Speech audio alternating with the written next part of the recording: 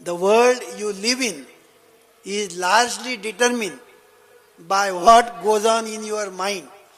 तुमच्या मनामध्ये जे काही चालत असतं त्याच्याप्रमाणे तुमच्या जीवनामध्ये निर्माण होत असतं, घडत असतं.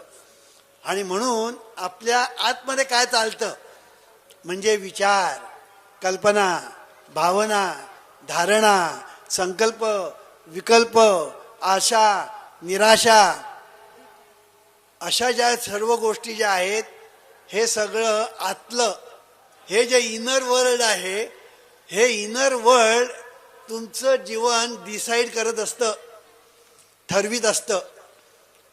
आपण आतमध्ये कधी बघतच नाही, आपण आतमध्ये कधी बघतच नाही. आपण बाहेर बघत असतो, आपण नेहमी बाहेर बघत असतो.